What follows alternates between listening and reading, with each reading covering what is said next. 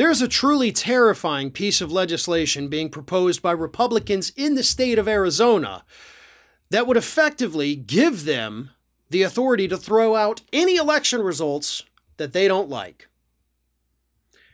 This piece of legislation put forward by State Representative John Fillmore is called House Bill 2596.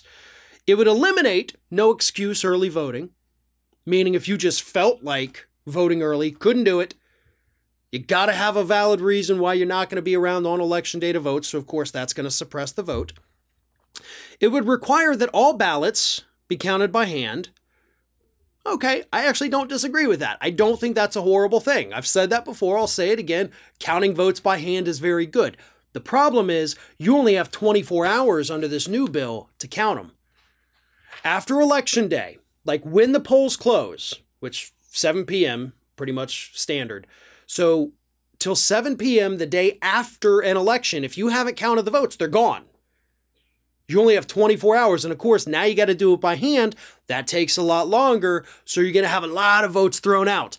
And I think we can pretty much assume where they're going to put most of the counters and where they're going to leave them short-staffed to where they can't do it within 24 hours. So yes, in this instance, no, I don't support the voting or counting by hand thing because obviously it's designed to suppress the vote and throw out votes that can't be counted within 24 hours.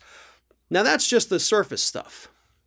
The real terrifying part here, let me read this from Raw Story. Here it is. Under the proposed law, the legislature would be required to call itself into session after an election to, quote, review the ballot tabulation process, or tabulating process, excuse me. Once that review is completed, lawmakers would decide whether to accept or reject the results. If the legislature rejects the results, any qualified voter can go to court to ask a judge to order a new election. So if the Republicans who control that state house look at this and say, you know what, no, just no. Like that's it. That's just nope, we're not going to do it. Then any voter, qualified voter, which I assume means any registered in good standing voter, can go to a judge and say, hey, new election time. Let's do this. And the law would say that the judge has to say, okay.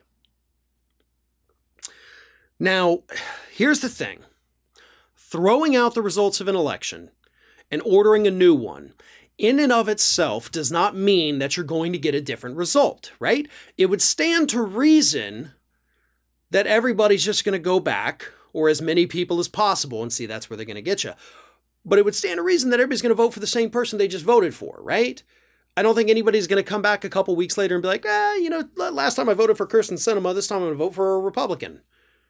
No, there's really not much difference there. But you see what I'm saying? Like, so on its surface, obviously, yeah, everybody's going to vote for the same person. The difference is all the other suppression methods they've put in place. Obviously, a second election is not going to get the same kind of turnout that the first one would. People are busy.